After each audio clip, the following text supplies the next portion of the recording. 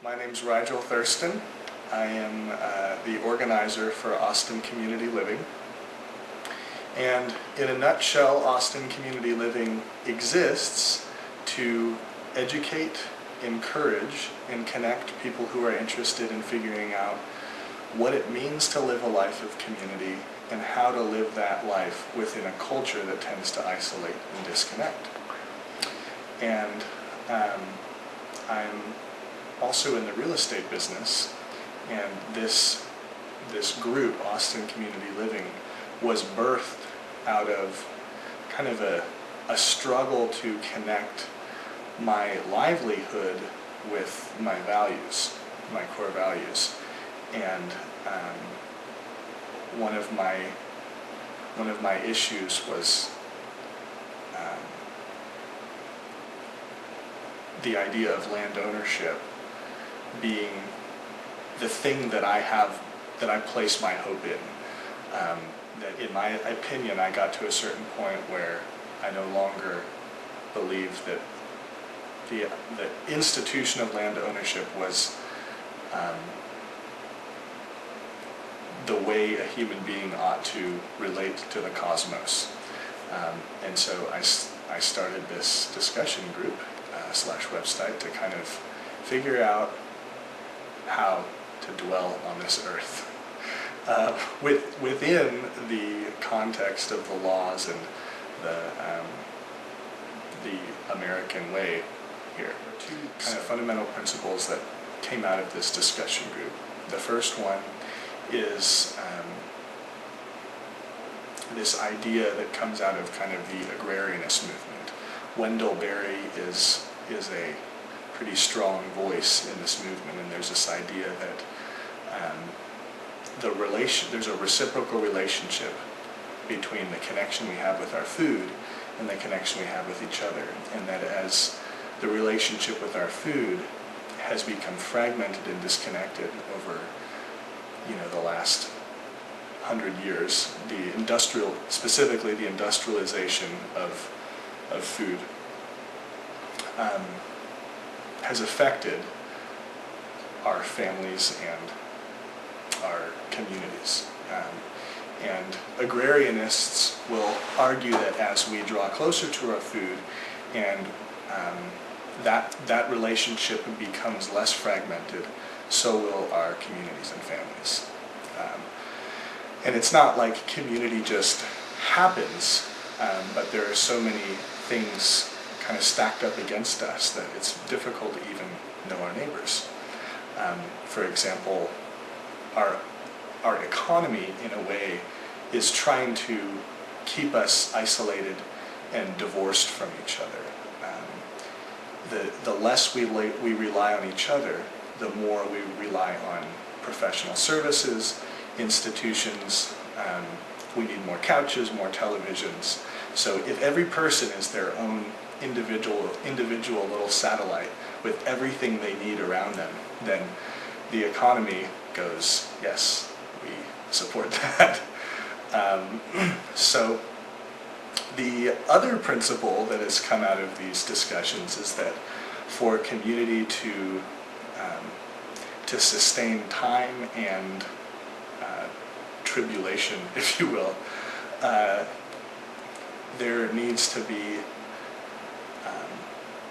close proximity among the people who are in relationship with each other. So living in relationship with each other combined with living in close proximity with each other creates kind of this synergistic relationship. And I like to give a little metaphor for this, what happens when you don't have this. I'm from the Northwest, Washington State, and every summer my family would go on some camping trip, and usually, a lot of times we'd go into the Olympic Mountains and go primitive camping for a couple days, 4 days, who knows. And when you're up there, you have a campfire, and you have to put the campfire out at night, or else it can burn down thousands of acres of land.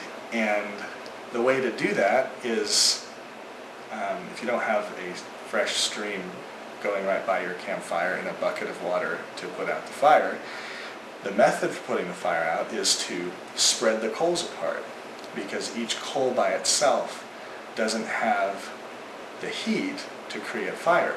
And so even when you spread the coals apart and the fire goes out, and it looks like the coals are dead, if you put the coals back together and throw a log on the fire, it'll actually ignite back up.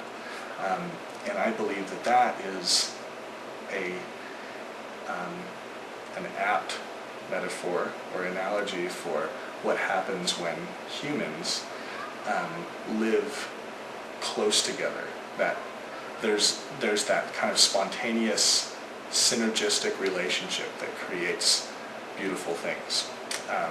So being in the real estate business, I have a unique opportunity to present an alternative to the American dream approach to housing at a decision-making time in people's lives.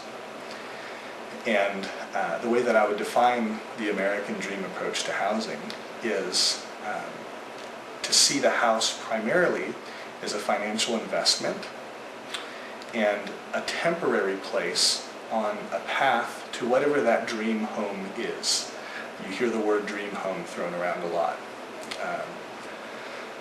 which makes me sick sometimes. And the priority for finding that particular house, dwelling, whatever it is, having been in the real estate business for 10 years, I've spent a lot of time in the car with people, and they followed a similar pattern, and that is house first is the priority. House and maybe neighborhood first. You don't want your kids to get shot. Knowing your neighbors is maybe further down the priority list, maybe not on the priority list at all, because statistically you're not going to stay in your house for more than 3 to 5 years, and neither are your neighbors. So the proverbial carpet of community is being pulled out from underneath you before you even move into this house. And so the alternative that I am presenting is a shift in paradigm and priorities, to primarily see the house as a point on earth that you have a permanent type relationship with, to the people and the land, that you be community to those around you and let them be community to you, and to make beautiful, not just for financial gain, but for yourself, for the people that are going to come after you, and for the sake of beauty. And that's another, I think, side discussion topic, why that might be important. But the priority in finding this place within the alternative paradigm would be to prioritize knowing your neighbors first and fitting the house within that context. So maybe instead of choosing to buy the biggest, nicest, newest house you can find, which is usually on the outskirts of town in some new development that doesn't necessarily have the roots of community built into it, or moving into someone who you love or have a relationship with, or something like that. And that's a difficult decision, because usually it means making some sort of sacrifice with your actual living situation, maybe one less bedroom, getting rid of some stuff. And that's a lot to ask. But I would argue that you would have a very different life, and possibly, I think, a much better life, if you're willing to make that sort of sacrifice. So what I've done is created a Google map, and I'm just going to show you a printout that I made. This is a snapshot of a Google map that I created about, let's turn it around, this is probably about a month and a half old, so we're looking at kind of an